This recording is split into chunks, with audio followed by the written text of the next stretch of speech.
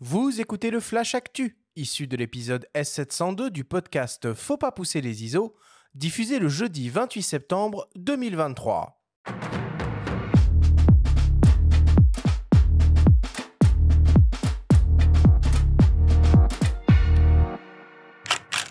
Cette semaine, dans le Flash Actu, Nikon se la joue rétro en full frame et annonce une optique d'exception. DxO passe en version 7 ses logiciels Photolab et Filmpack. Et enfin, Jean-Christophe Béchet sera à l'honneur au prochain salon de la photo.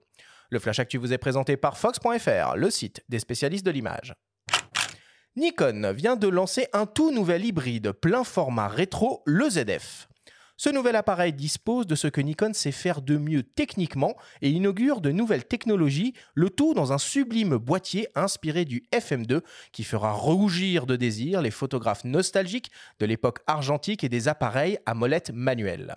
Au programme, un capteur 24-36 mm stabilisé capable de compenser 8 IL de 24,5 millions de pixels associé au dernier processeur X-Speed 7, disposant donc des performances autofocus inspirées des récents Z8, Z9 et capable de grimper jusqu'à 64 000 ISO en natif.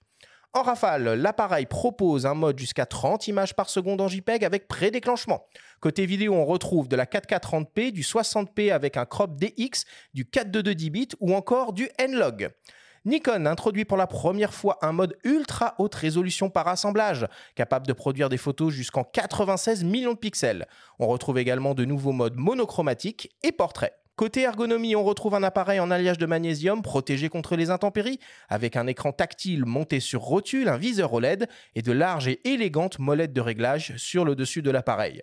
Le nouveau Nikon ZF est proposé nu au prix de 2 500 € ou en kit, avec un 40 mm f2 rebadgé rétro à 2 750 €. A noter que l'appareil sera proposé en plusieurs coloris. Nikon a également annoncé hier une nouvelle optique d'exception, un 135 mm f1.8S sous le nom Plena. Au programme, une formule optique ambitieuse composée de 16 lentilles réparties en 14 groupes et selon le constructeur, un bokeh d'une qualité irréprochable, de très faibles aberrations, une diffraction minime, un superbe rendu et une absence de vignettage. Le nouveau Nikkor 135 mm f1.8S Plena sera proposé au prix de 2 999 €. DxO continue de développer sa suite de logiciels photo avec la version 7 de son célèbre Photolab. La couleur est à l'honneur de cette nouvelle version avec l'intégration de nouveaux profils fidèles à la réalité d'une précision scientifique. La possibilité aussi d'exploiter des luttes vidéo et l'intégration des réglages locaux en TSL. De plus, DxO inaugure un nouveau flux de travail monochrome avec de nouveaux rendus argentiques et un mélangeur à 6 canaux. DxO lance en parallèle la version 7 de son Filmpack avec de nouveaux outils, des masques de luminosité, de nouveaux rendus, de nouvelles simulations de pellicules et toujours la fonction Time Machine pour découvrir l'histoire de la photographie. DxO Photolab 7 est disponible sur le site de DxO en version globale au prix de 229 € ou en mise à jour pour les utilisateurs de la version 6 au prix de 109 €. Filmpack pour sa part est proposé au prix de 139 € ou 79 € pour une mise à jour. Et enfin, pour terminer cette année, c'est le photographe français Jean-Christophe Béchet, que nous avons reçu à plusieurs reprises à nos micros, qui sera à l'honneur à l'occasion de l'édition 2023 du Salon de la Photo pour la grande exposition intitulée Paysages habillés. Jean-Christophe Béchet est un adepte de la street photographie qui pour lui est un genre tout à fait particulier et singulier. Au programme, ce sont 100 photographies pour retracer la carrière de l'auteur, depuis sa ville natale marseillaise jusqu'à ses nombreux voyages en URSS, au Japon, en Afrique de l'Ouest, aux États-Unis et à Cuba, et y compris la découverte des petites villes françaises avec la série en cours French Town. La grande exposition Paysages habillés de Jean-Christophe Béchet est en accès libre au Salon de la Photo du 5 au 8 octobre prochain à la Grande Halle du Parc de la Villette.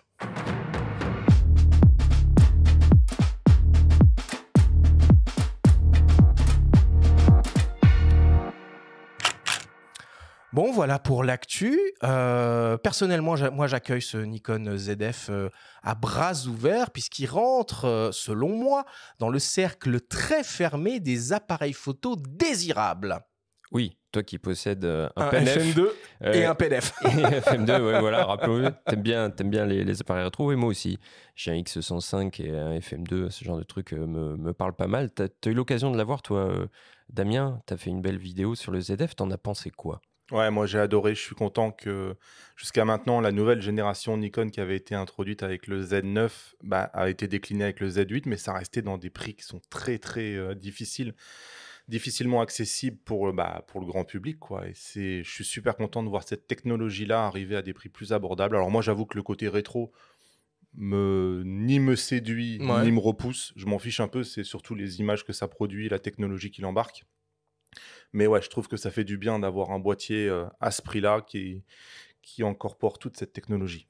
Puis ça montre que Nikon en a encore sous le capot, puisque là, on a vraiment des nouveautés qui n'ont encore jamais été vues, chez ce constructeur en tout cas, notamment ce nouveau mode haute résolution par assemblage, qui exploite évidemment la technologie de stabilisation du capteur. C'est la première fois qu'on le trouve sur un hybride Nikon, ça. Oui, c'est la première fois. Alors par contre, ça s'accompagne de contraintes, puisque c'est uniquement au format RAW et c'est uniquement par la voie logicielle qu'on pourra obtenir le résultat de 96 millions de pixels. Mhm. Donc c'est un assemblage, jusqu'à 32 images peuvent être assemblées, mais on ne pourra pas le faire directement sur le boîtier et il faudra un trépied pour éviter d'avoir la moindre trace de mouvement à l'image. Néanmoins, ça mérite d'être signalé, c'est une très bonne nouvelle et ça décuple le côté polyvalent du ZF qui en interne, comme l'a dit Damien, est vraiment au top, quoi.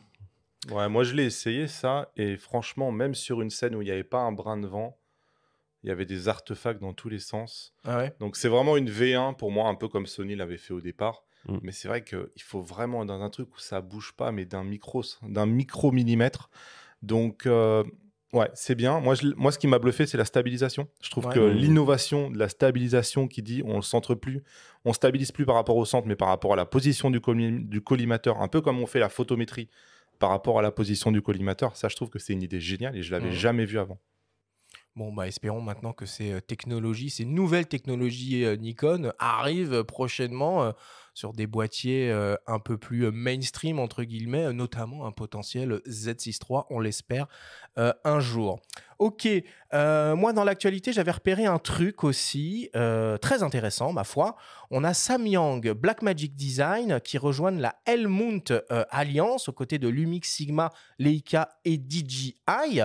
Donc ça, c'est une très bonne nouvelle pour les utilisateurs de boîtiers en monture L, puisqu'on devrait naturellement voir arriver des optiques Samyang prochainement en monture L. Et on a vu il y a quelques jours, quelques semaines, Blackmagic Design qui a sorti une première caméra, elle aussi en monture L. Donc ça, c'est plutôt une bonne nouvelle et ça montre à quel point cette stratégie, cette idée d'alliance autour de la monture L était une très bonne... était la bonne. On a repéré aussi DJI qui a annoncé un nouveau drone, le Mini 4 Pro. Alors ça, je ne sais pas, Damien, si tu peux nous en parler. Je ne l'ai pas dit dans ta bio, mais tu as eu un passage dans ta carrière où tu t'es beaucoup intéressé au drone. Tu as regardé un peu ce Mini 4 Pro de chez DJI ? Ouais, bien sûr. J'ai une personne qui travaille avec moi là, justement, qui l'a reçu ce matin et qui travaille dessus. Ouais, je pense que là, DJI, en fait, ils arrivent à mettre toutes les belles technologies qu'on a dans les Mavic 3 maintenant dans des choses qui, finalement, prennent la place d'un objectif. Quand on a le drone fermé, 250 grammes le bousin. 250 grammes. C'est Donc drone de loisir. ça pèse beaucoup moins que la plupart des objectifs que j'utilise, mais ça prend la place d'un objectif dans le sac. C'est quelque chose qu'on peut amener absolument partout et on fait des images qui sont 100% différentes de ce qu'on ferait nous au sol. Bah, bien sûr. Et je trouve que 4K 100 images par c'est vraiment seconde, le drone bousin. qu'on amène partout en fait. Ouais, non, c'est assez. Alors partout qu'on peut pas utiliser partout, on le rappelle. Il y a un site la DGAC aussi qui peut indiquer les endroits où on a le droit de shooter, etc. Ou à une certaine altitude. On fait pas n'importe quoi. Avec Mais on ces peut faire des outils-là. portraits Ouais. en famille, entre amis. C'est vrai qu'on peut faire des trucs vraiment sympas, mais il y a quand même 2-3 règles. Et certains pays où le drone est totalement banni aussi. Ouais, mais c'est le poids qui permet de faire le plus de choses. C'est-à-dire qu'en dessous de 250 grammes, on a vraiment la législation la plus ouverte qui existe. Même si évidemment il y a des règles, on ne va pas survoler le stade pendant la Coupe du Monde. Et enfin, pour terminer l'actualité, je voulais juste citer un nouveau concept de produit Fujifilm dans l'univers Instax, le Instax PAL. Bon, c'est assez étonnant comme produit. C'est une mini caméra, appareil photo ultra minimaliste. Ça pèse 41 grammes, c'est tout petit. Il y a seulement 2 boutons.